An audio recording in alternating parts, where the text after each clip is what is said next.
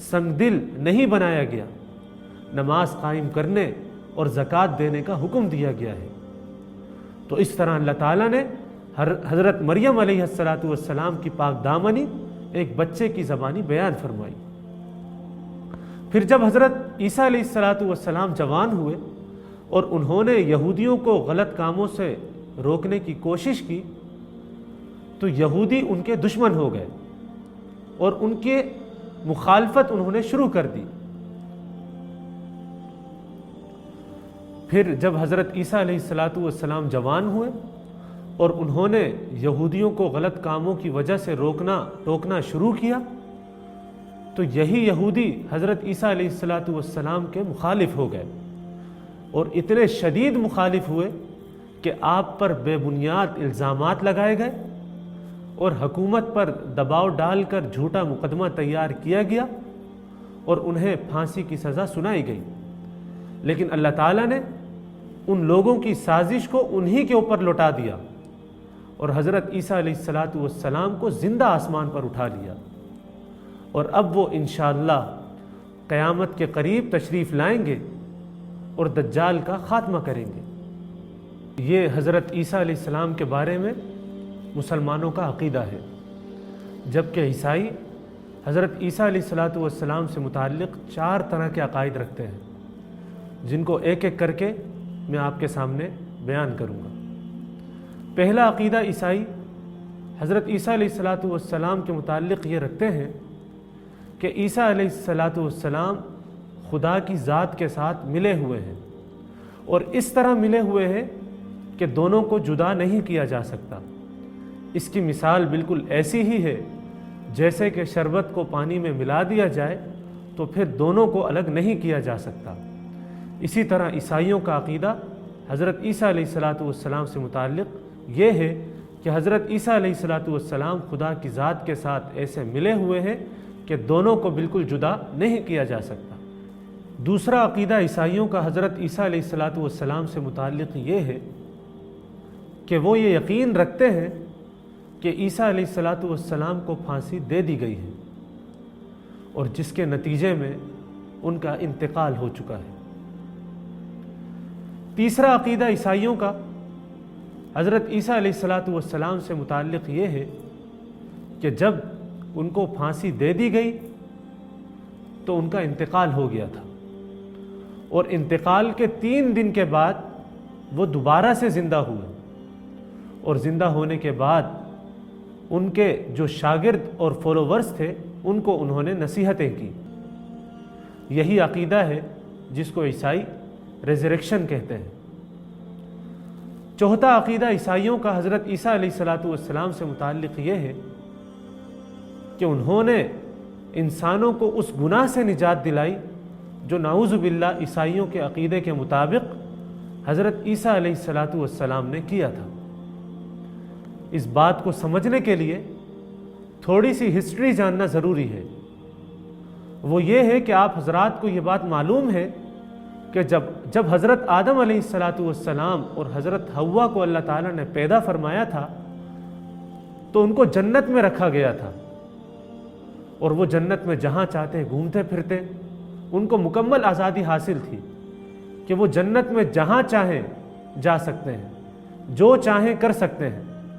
لیکن وہاں پر ان کو ایک ریسٹرکشن یہ لگائی گئی تھی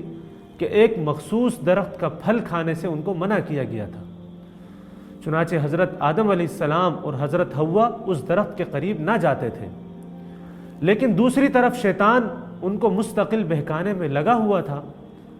اور وہ یہ چاہتا تھا کہ کسی طرح حضرت آدم اور حضرت حوا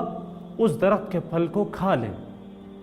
لہٰذا اس نے یہ چال چلی کہ حضرت آدم علیہ السلام اور حضرت حوا سے اس نے کہا کہ اگر تم اس درخت کے پھل کو کھا لو گے تو ہمیشہ جنت میں رہو گے۔ اللہ تعالیٰ نے شروع میں جو آپ کو منع کیا تھا وہ اس وجہ سے تھا کہ آپ کی جسمانی کیفیت اس کو برداشت نہیں کر سکتی تھی، لیکن اب چونکہ اس جنت کے ماحول کے آپ عادی ہو گئے ہیں اور جسمانی طور پر آپ مضبوط ہو گئے ہیں، اس لیے وہ پابندی اب ختم ہو گئی ہے۔ چنانچہ حضرت آدم علیہ السلام سے یہاں پر اجتہادی خطا ہوئی اور انہوں نے ہمیشہ جنت میں رہنے کی لالچ میں اس پھل کو کھا لیا، جس کی وجہ سے اللہ تعالیٰ نے سزا کے طور پر ان کو دنیا میں بھیج دیا، ان سے جنت کا لباس اتار لیا گیا۔ تو جب آدم علیہ السلام کو دنیا میں بھیج دیا گیا تو ان کو اپنی غلطی کا شدید احساس ہوا اور بہت زیادہ شرمندگی محسوس ہوئی، لیکن ان کے پاس اللہ تعالیٰ سے معافی مانگنے کے الفاظ نہیں تھے کہ وہ کن الفاظ سے اللہ تعالیٰ سے معافی مانگیں، لیکن اللہ تعالیٰ دلوں کے حالوں سے واقف ہیں، چنانچہ اللہ تعالیٰ نے ان کو خود ہی توبہ کے الفاظ سکھا دیے۔ اس طرح آدم علیہ السلام کی توبہ قبول کر لی گئی۔ لیکن عیسائیوں کا عقیدہ یہ ہے کہ یہ گناہ آدم علیہ السلام کے ساتھ باقی رہا اور ان کی اولاد میں چلتا رہا، یہاں تک کہ حضرت عیسیٰ علیہ السلام کی پیدائش ہوئی اور انہوں نے اپنی جان کا نذرانہ پیش کر کے اس گناہ کا کفارہ ادا کیا۔ تو یہ 4 عقائد ہیں جو عیسائی حضرت عیسیٰ علیہ السلام سے متعلق رکھتے ہیں۔ اب میں آپ کے سامنے عیسائیوں کے تہواروں کے حوالے سے بات کروں گا کہ کون کون سے تہوار عیسائی سیلیبریٹ کرتے ہیں۔ چنانچہ عیسائیوں کے مختلف تہوار ہیں جن میں سے 3 انتہائی اہمیت کے حامل ہیں۔ عیسائی تہواروں میں سے ایک کرسمس ہے، اور یہ دن عیسائیوں کے لیے ایسا ہی ہے جیسے کہ مسلمانوں کے لیے عید کا دن۔ یہ عیسائیوں کا سالانہ تہوار ہے جو 25 دسمبر کو حضرت عیسیٰ علیہ السلام کی سالگرہ کے طور پر منایا جاتا ہے۔ اس خوشی کے موقع پر کیک کاٹے جاتے ہیں اور مختلف طریقوں سے خوشی کا اظہار کیا جاتا ہے۔ عیسائیوں کا دوسرا اہم تہوار ایسٹر کہلاتا ہے، جس کے بارے میں عیسائیوں کا عقیدہ یہ ہے کہ حضرت عیسیٰ علیہ السلام کو جب پھانسی پر چڑھا دیا گیا تھا تو 3 دن کے بعد وہ دوبارہ سے زندہ ہو گئے تھے، اور چونکہ یہ 21 مارچ کی تاریخ تھی، اس لیے اس خوشی میں عیسائی 21 مارچ کو یا اس کے بعد آنے والی اتوار کو یہ تہوار مناتے ہیں۔ ٹھیک ہے، اب میں آپ کے سامنے اسلام اور عیسائیت کا مختصر تقابل پیش کروں گا۔ تو عیسائیوں اور مسلمانوں کے درمیان بنیادی فرق یہ ہے کہ مسلمان ایک خدا پر یقین رکھتے ہیں، جبکہ عیسائیوں کا ماننا ہے کہ خدا 3 جسموں سے مل کر بنا ہے، جو باپ، بیٹے اور روح القدس پر مشتمل ہے۔ اسی عقیدے کو عقیدہ تثلیث کہا جاتا ہے۔ اسلام اور عیسائیت میں دوسرا فرق یہ ہے کہ عیسائی حضرت عیسیٰ علیہ السلام کو خدا کا بیٹا مانتے ہیں، جبکہ مسلمان انہیں اللہ کا فرما بردار بندہ اور پیغمبر سمجھتے ہیں کہ جو بغیر والد کے اللہ تعالیٰ کی قدرت سے پیدا ہوئے۔ ٹھیک ہے، اسلام اور عیسائیت میں تیسرا فرق یہ ہے کہ عیسائیوں کا ماننا ہے کہ حضرت عیسیٰ علیہ السلام کو جب پھانسی پر چڑھا دیا گیا تھا، جس کے نتیجے میں ان کی موت واقع ہو گئی تھی،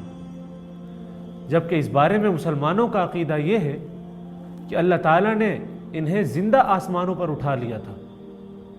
اور انہیں پھانسی نہیں دی گئی تھی۔ ایک اور فرق اسلام اور عیسائیت میں یہ ہے